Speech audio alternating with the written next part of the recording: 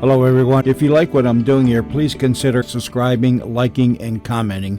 It would really help the channel out quite a bit. Thank you very much.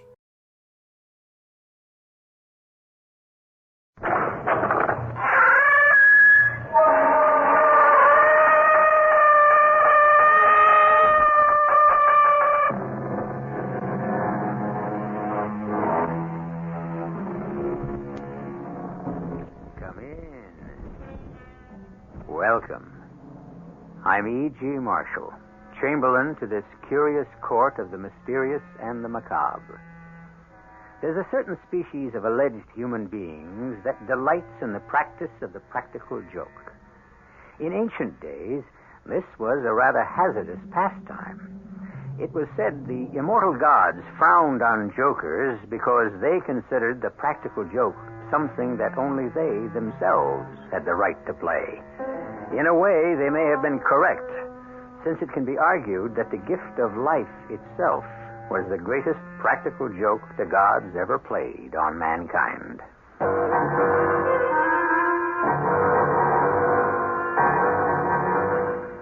Our mystery drama, The Transformation of Joebee, written especially for the Mystery Theater by Sam Dan and stars Hans Conried. It is sponsored in part by Anheuser-Busch Incorporated, Brewers of Budweiser, and Buick Motor Division. I'll be back shortly with Act One.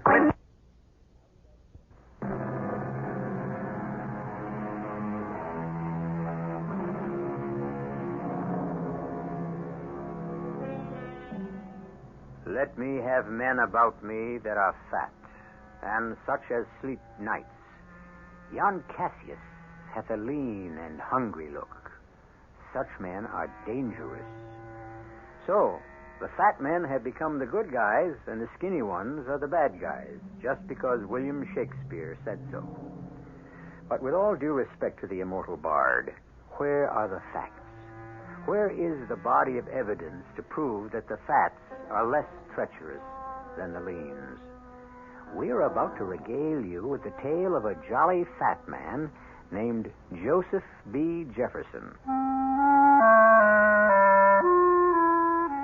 Joseph B. Jefferson. No one knew him better than I did. And looking back on it, I see I didn't know him very well at all. Folks called him Joebee. He didn't sleep at night much either. How could he? He was forever thinking up little tricks to play on people. Little, harmless tricks. Like he'd shake hands with you. In his palm, he'd have this thing concealed that'd scare you out of your wits. But he didn't mean no harm. And like he'd offer a fella a cigar. And when the fella'd light up, and the cigar'd explode. Well, there'd be such a comical look on that fella's face, you couldn't help but laugh.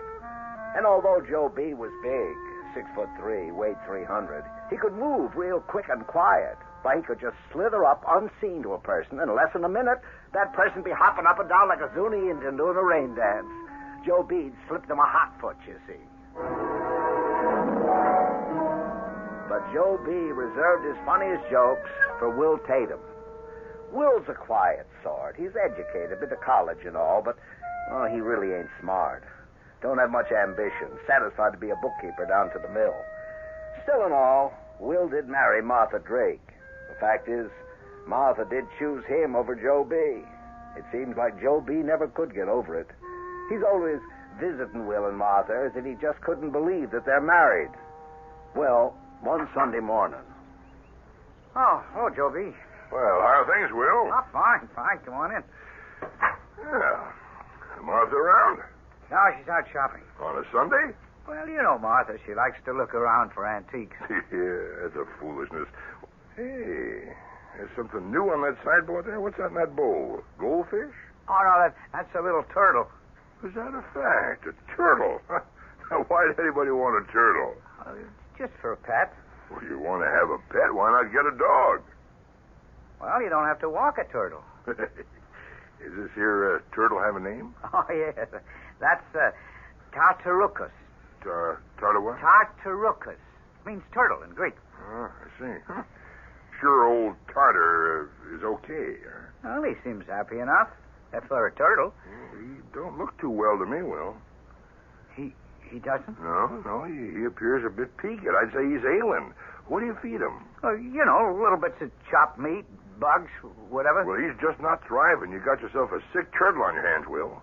Gee, is that how he looks to Now, you? look, don't you worry now, Will. We'll pull him through. Well, the next couple days, Joebee was walking around town with that great big smile on his face. And if you knew Joebee, you knew a special stunt was brewing. Hey, Will, look what I got for you. How's old Tartar? Well, all right, I guess. He appears a bit sluggish to me, but I got something here to pep him up. I phoned a professor at the state college. He said they were working on a specialized turtle diet. Really? Yeah.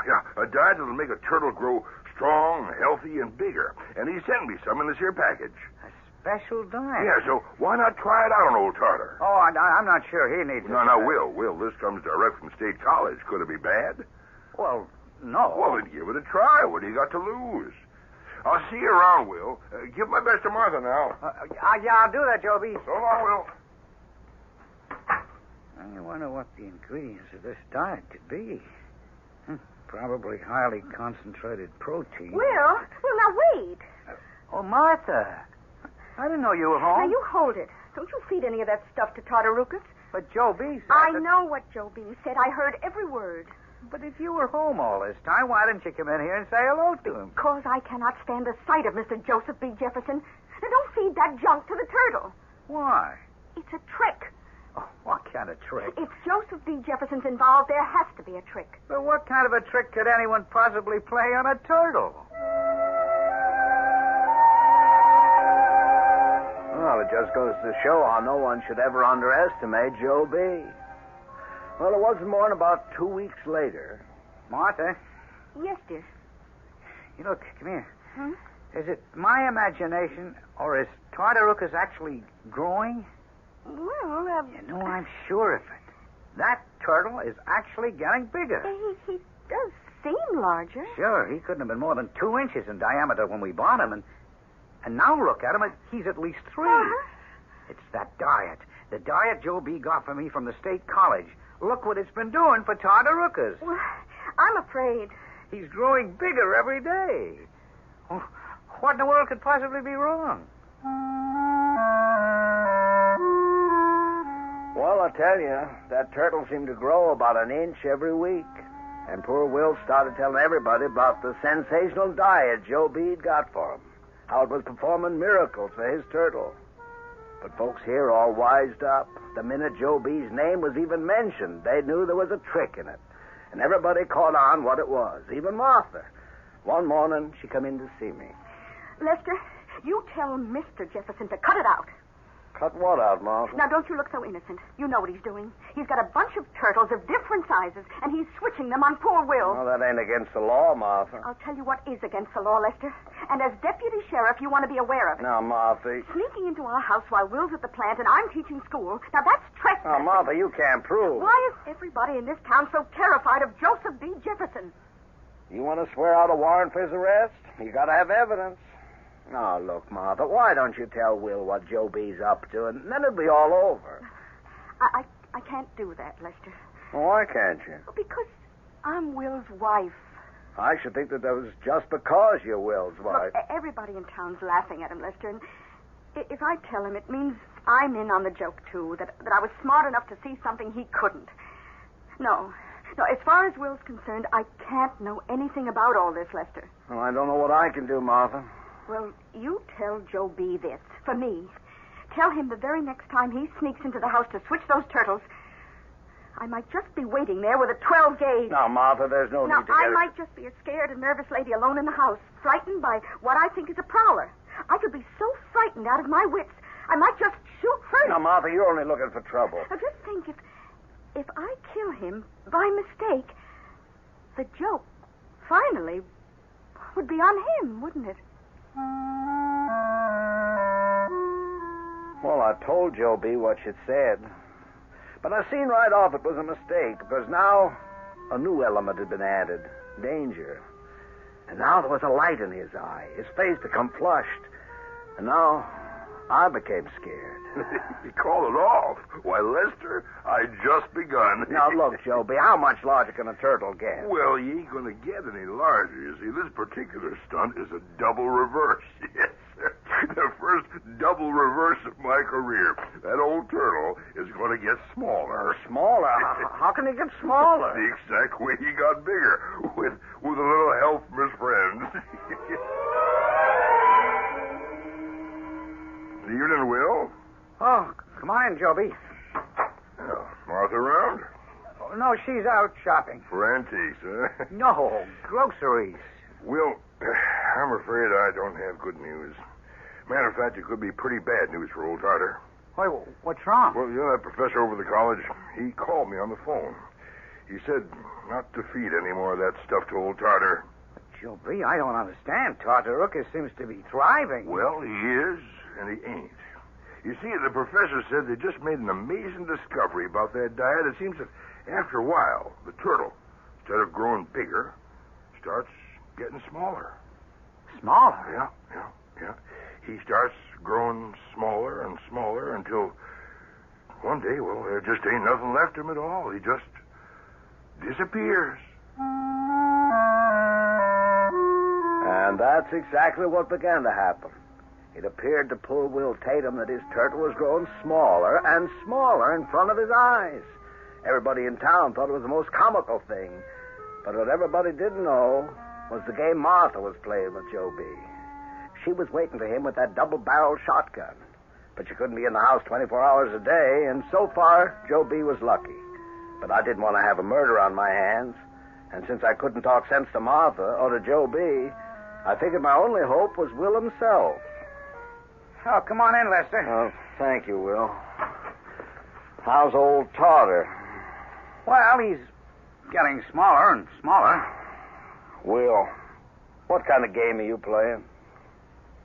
Why do you let Joebee make a fool out of you?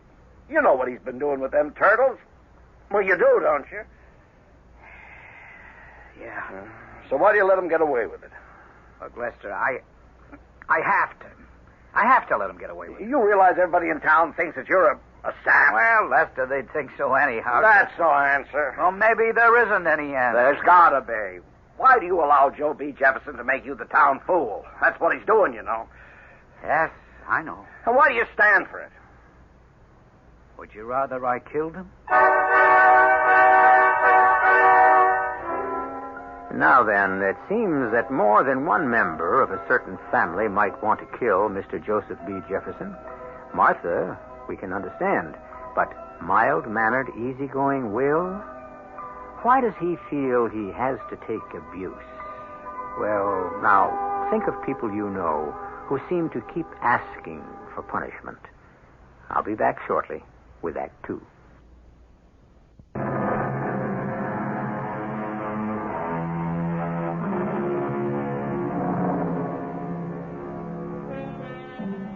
It has been written, tell one joke and you make 10 enemies. But that's only if you tell a joke. The figures really expand when you perform a joke. Joseph B. Jefferson, or Joebee, as he is unaffectionately called, is playing a joke on Will Tatum, and Will knows it. I can't understand what you're saying, Will. Why would you have to kill Joebee? In self-defense? Oh, you really lost me, Will. Joebee ain't threatening your life. Oh, but he is. How? Lester, why does he play practical jokes? Why? Because he's full of fun. He's filled with hate. Oh, now, Will... It's how he expresses his hostility. Each joke is intended to bring pain and embarrassment to another human being. Now, Will... He hates people. Oh, that's going a bit far. You know I'm right, Lester. It's his way of wounding, even killing people. And we have to let him do it. You know why? Because if we stopped him, he'd have to do it in earnest. Oh, now you lost me. No, you understand me. You just don't want to accept it, but you understand it. He hates me.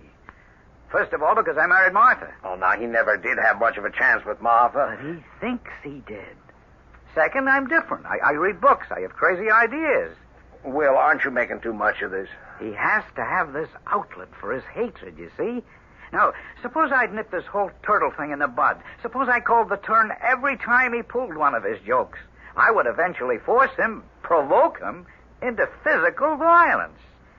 And then it would become a matter of kill or be killed. Oh, I wish there was something I could do. It keeps on building inside him. The urge to hurt people becomes stronger, and he has to satisfy it by becoming more and more complicated and expensive in his jokes. Well, he must have gone out and bought 15, maybe 20 turtles. All them little turtles look alike. Not exactly alike, Lester. Not like these. I tell you, a jeweler couldn't match pearls in a lady's necklace more carefully. And the sizes. Oh, that has to be subtle planning. It's perfect. He's an artist. But his mind, Lester, it's twisted. The time, the trouble, and now the very real risk he has to undergo. Well, I still say you have to stop it. He's making you look like a dummy. On the other hand, it's also known as turning the other cheek, isn't it? Oh, excuse me, Lester. Well, hi there, Will. I just thought I'd drop in to see how old Tartar's getting on. Not too good, Joebee. Well, hello there, Lester. Anybody being placed under arrest around here? Well, there's somebody that ought to be. Hey, now look at old Tartar. He did get just a mite smaller, don't you think, Will? Oh, poor old fella. Will, look at this. Look what I bought. Oh, I didn't know we had company. Well, good evening, Martha. Yeah, I was just going. What is that ugly old plate you got there, Martha? Is that one of them antiques you keep running after? Well, it's obviously a very old platter. The man said it was from somewhere in Central Europe around the 12th century. It doesn't matter. I only paid $1 for it. $1 for a beat-up tin thing like that? It's bronze. And you can see the designs on it. It looks like a coat of arms. Hey, Martha, you may have stumbled across a real find. It must have been 2 days later when it all began, early in the morning, before Martha and Will had to leave for work. Joebee came to call.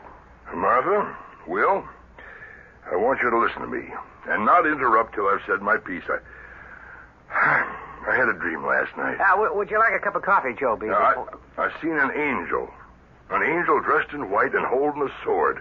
The hilt was gold and the blade was made of fire. And this angel said to me in a voice as sweet as honey, but at the same time edged with steel, Joseph B. Jefferson, you change your ways here. You stop playing them practical jokes on people, or you will roast an everlasting flame of hell. Will, Martha, can you ever forgive me? Forgive you? Now, what is this all about, Now, Joebee? forgive me for the stunt I pulled on you with that turtle. I've been switching 15 of them back and forth. Forgive me for all the pain and embarrassment I've ever caused you. Oh, Joebee. Now, starting today, I'm beginning a new life. I want to be your friend. I mean, a real friend. And I want you to be mine. Oh, Joebee, I can hardly believe what I'm hearing. I can hardly believe what I'm saying, Martha, but something come over me, a kind of a transformation. Oh, Joebee, Will and I, we would truly value your friendship. For the next week, all you could hear around town was the transformation of Joebee. Folks could hardly believe it, but there was Joebee, smiling, gentle, kindly, a new Joebee. A fellow could just not do enough for you. I said to myself, if this is a practical joke of Joebee's, sure it's the biggest one of them all. But what could he gain by it? Well, one morning he was having breakfast with Martha and Will when Joe Purley, the letter carrier, knocked on the door.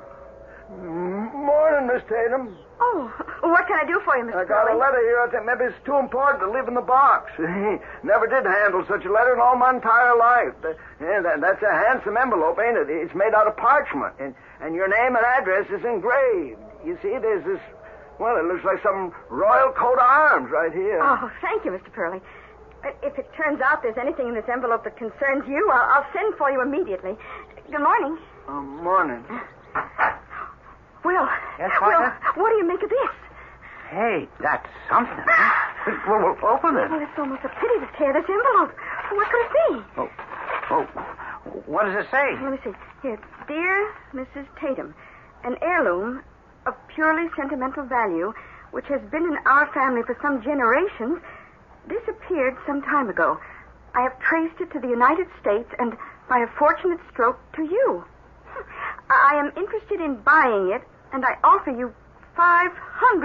I am staying at the Excelsior Hotel in Chicago. The plate has no intrinsic value, and $500 is an extremely generous offer. May I hear from you? Signed, Maximilian Maruca, Grand Duke. Oh, Will, what do you think? Gee, well, what a stroke of luck. And it only cost me $1. Hey, let's send this guy a letter immediately. Well, what, Joebee? Well, it's your platter, your decision. But why should this fellow offer you $500 for that junky platter? Well, obviously, it's a family heirloom. Obviously. Why? Because he says so? Well, why $500? Why not $50? Why not $1,000? Who is he anyhow? It says here, Prince Maximilian Maruca, the Royal House of Serenia. Serenia? Well, now, where is Serenia? I never heard of it. Well, still, a man wants to offer us $500. Now, that's a return of $499 on my investment. Are you saying not to take it? All I'm saying, Martha, is sleep on it. Well, Martha and Will, they couldn't sleep on it. They was too excited. $500 was like a fortune. Well, you sleep on it? Yes. Yeah, and we decided to take the man's offer. Well, if that's what you decided. I'll write this fellow, Prince Maximilian, in the Excelsior Hotel in Chicago. No, you can do better than that, honey. You can call him up. That's right. Oh, hello? I want to place a long-distance call to the Excelsior Hotel in Chicago to a Prince Maximilian Maruca. Right. Well, just think all the things we could do with that $500, huh? My goodness, she's ringing the hotel now. The clerk is answering. Oh, see who that is, Will? Yeah, sure, I will. Oh, my goodness, the clerk is ringing the prince's room right now. Good morning, folks. Another important-looking letter. One of them real classy parchment envelopes. Oh, thank you, Mr. Furley. Oh, it must be another letter from the prince. Open it, dear. See what he says. It's answered. The phone is answered. Hello? Oh, my goodness, it's the prince. Oh, Martha. Yes, Your Highness. I'm Mrs. Tatum. Martha. I got your letter. Yes, sir. Your offer is acceptable. No, Martha, this is a letter from the Grand Duke Tycroft, who offers you $1,000 for the platter. What? $1,000. Prince, Your Highness, I'll call you back. What does that letter say? Well, it says, Dear Mrs. Tatum, we are tracing a valuable relic of our country's past. We have reason to believe you may have bought it at a flea market. Enclosed is a picture. If it is the same platter, I will offer you $1,000 for it. Sincerely, the Grand Duke Vasil Tycross, Hotel Imperial, New York City. Oh, Will, you realize what this means? It means we can get $1,000 for it. Only, Martha, you already agreed to sell it for $500 to the prince. I agreed to no such thing. He accepted his offer. If you'll excuse me, Will, Martha didn't exactly accept. She said his offer was acceptable. That's merely a statement of fact, not intent. Ethically, she accepted his offer. But we can get twice as much from this new person. Martha, promise is a promise. But it's $1,000 against $500. Money isn't everything. You talk as if it's nothing at all. Sometimes, Will Tatum, it might be well for you to get your head out of the clouds. Martha, Will, you two shouldn't quarrel over money. But they did quarrel. They quarreled long and loud. And you should remember they were both folks who never quarreled at all. And the letters came from Chicago, from New York, from the Prince, from the Grand Duke. Dear Mrs. Tatum, if my original offer is insufficient, I will raise it to $1,500. It is of the utmost importance that my family recover this precious heirloom. I offer you $2,000. $5,000. Signed, Prince Maruca. 10,000. Grand Duke Tycroft. And you, Will, you wanted to sell this platter for $500. Now when I get this $50,000... 50? You've only been offered 10. These two men need that plate. I tell you the bidding will reach $50,000. More. I've never seen you like this, Oh, I'm Martha. glad I listened to Joebee. There's a man with brains. All right, now stop right there and now. It's a stunt. What? How? How could it be a stunt? Well, you said the magic word, Joebee. I don't understand. Joebee's been trying to tear me down in your eyes ever since we've been married. You know it. The direct attack doesn't work, so he switches tactics. What kind of tactics? Well, it's working, isn't it? We're quarreling with each other. This house has become unpleasant, uncomfortable. Will, Honey, it's the old catch flies with honey routine. Now, that platter you picked up at some flea market gave him an inspiration. So he's been writing you these phony letters. Phony? Of course they're phony. They have to be phony. But, Will, I've spoken to both the Prince and the Grand Duke in Chicago and New York. Now, phony. He hired actors. But, Will... Martha, I can prove it.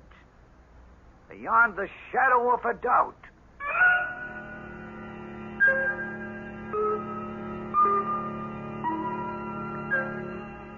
When in doubt, quote Shakespeare, reputation is an idle and most false imposition, oft got without merit, and lost without deserving. Or the Bible. Can the leopard change its spots? The point is, has Joebee undergone a sincere conversion, or is the wolf only disguised in sheep's clothing? Act 3 shall complete the tale.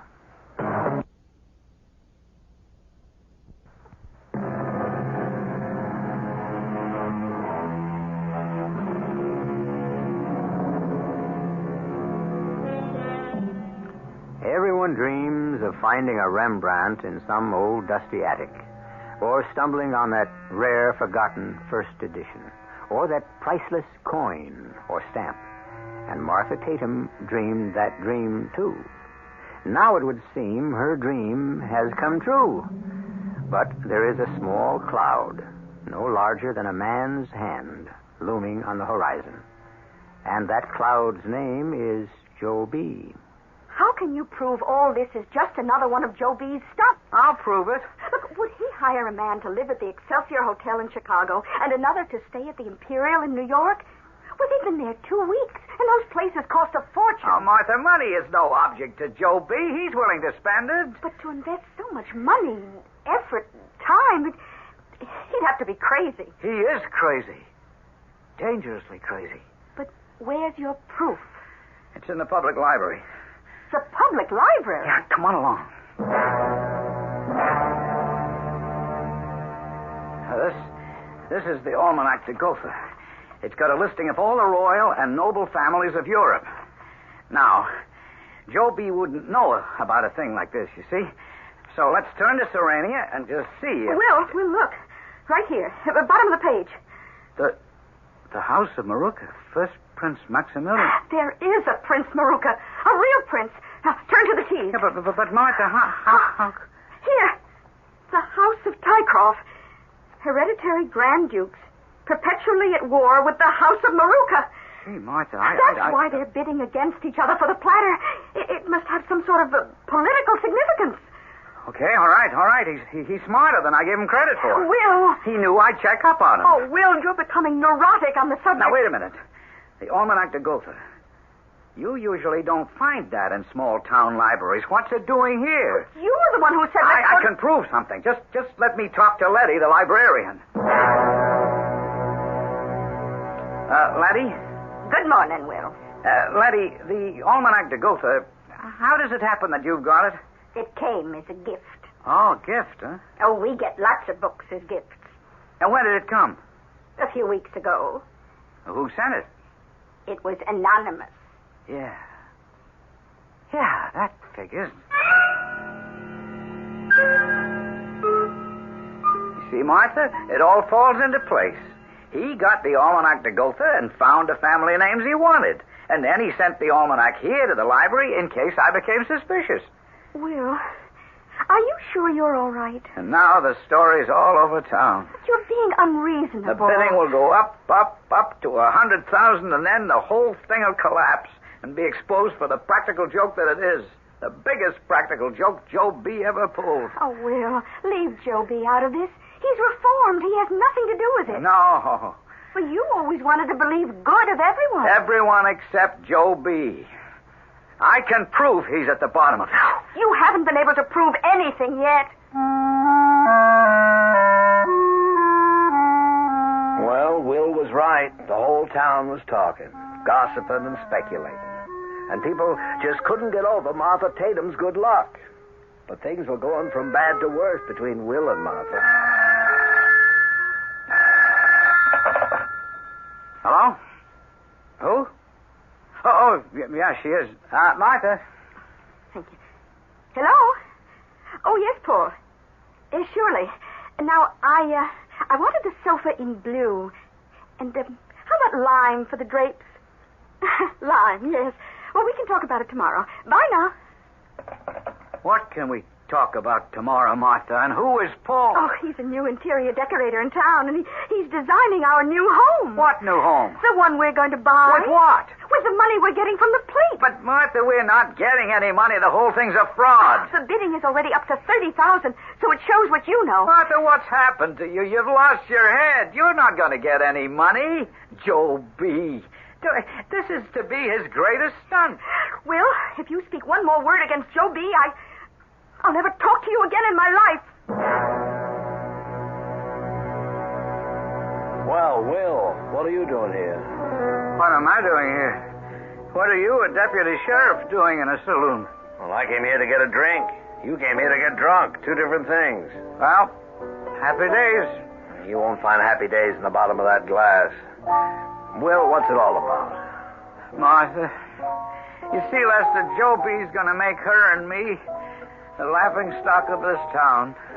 This royal plate stunt of his, he'll make Martha look like such a fool.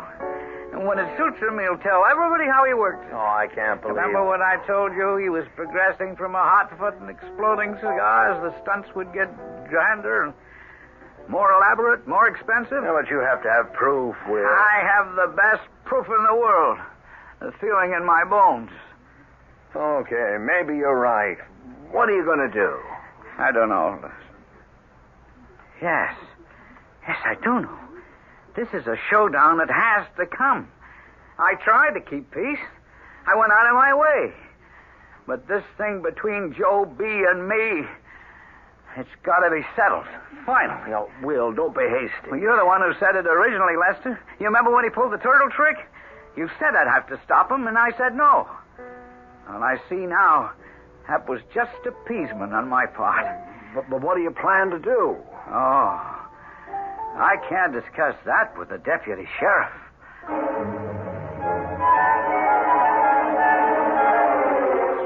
Morning, folks. Here's your usual mail from their royalties and the rest of it. Thank you, Mr. Pearlie. Good day. What's the price today, Miss Tatum? Oh, you'll be informed in due time, Mr. Pearlie. Now, what's this? Oh, Mrs. Tatum, on behalf of a free Serenia, we beg you not to sell the plate to either the Grand Duke or the Prince. This plate, the symbol of authority, should be given to the Committee for a Free Serenia. We have no money, but you will be amply repaid by the goodness of your deed. Now, what do you suppose this is all about? Oh, you're at it. It's fantastic. Give them the platter. Give them? Well, yes, certainly. They deserve it. Now I know why the Duke and the Prince kept bidding. Evidently, the party that has the plate has the claim to being the legitimate government. Oh, I'll have to show this to Joebee. It puts a new perspective on things. Oh, this plate, it's no longer worth thousands. It's the fate of a nation. It's worth millions. But if we believe in freedom and justice and liberty... Oh, but we do. We certainly do. Well, then we should give this to the people, not sell it. Oh, you should never let sentiment interfere with business. Is that something you learned from Joebee? Well, it's certainly something you never learned.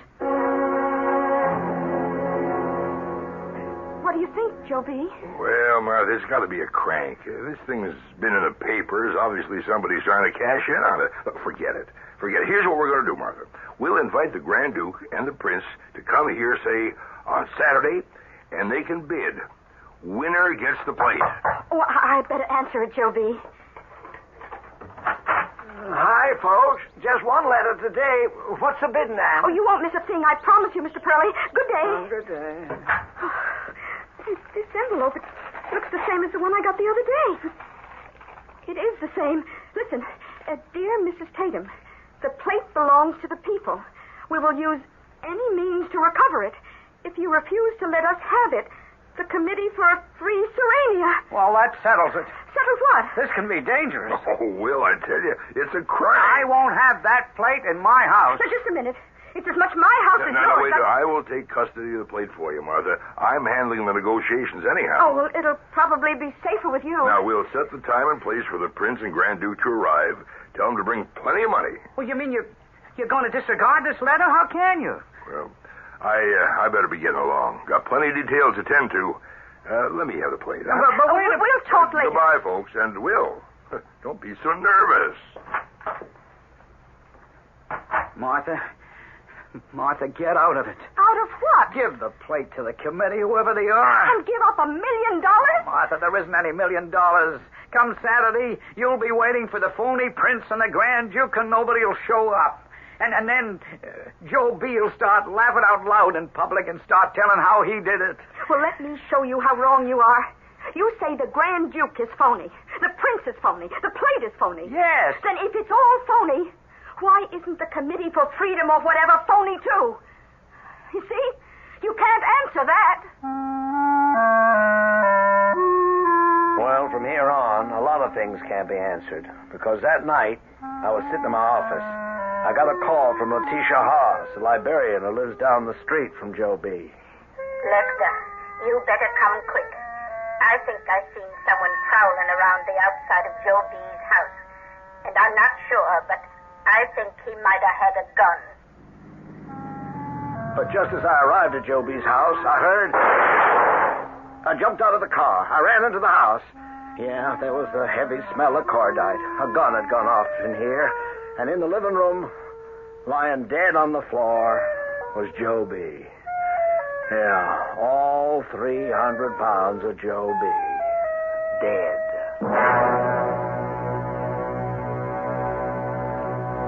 The plate, you say the plate's gone, Lester? Yeah, it's gone, Martha. Oh, then the committee, whoever they were, came there and killed him. Oh, poor Joebee. Yeah, poor Joebee. You better lie down, dear. Yes. Before you do, Martha, you say you were asleep when it happened, and Will? Yes, Will and I went to sleep at the same time. I see. Go get some rest, Martha. Yes, I will. Did you kill him, Will? Why would I kill him? Well, let us say you went over to his house. Why? Talk from a way out. Get rid of the plate by giving it to the committee or whatever. This means that poor Martha isn't left with egg on her face, waiting for the nobility to show up and offer her millions. He refuses. He wants you and her to be humiliated completely. So you shoot him. Now, Lester, why should I shoot the man who's helping my wife to become a millionaire? Will, you told me it had come to a showdown. You or him. His practical jokes had forced one of you to kill the other. Oh, but he reformed. He no longer played jokes. And what do you call this plate thing? Who says that's a joke? The names are real? Who says the letters are a fake? Who says the plate is a fake? It's gone, so we'll never know. You call the hotels in New York and Chicago. The Prince and the Duke, dead register there. Yeah, but we know... What do we know? Lester, we only know that my wife bought a plate at a flea market. From then on, she received a number of letters. One of them was threatening. And as a result, Joebee was killed. The plate is gone, and the whole thing is all over. Now, can we let it rest at that? Well, I suppose we'll have to let it rest at that. And there the matter rested. And who knows the truth? Was it a genuine antique plate?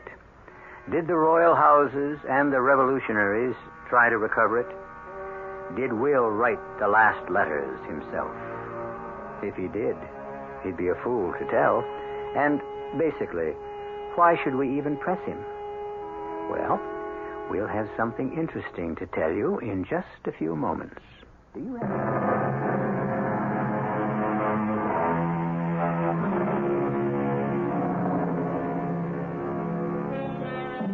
The Boy Who Cried Wolf is a favorite fable for children. but it has its most serious applications.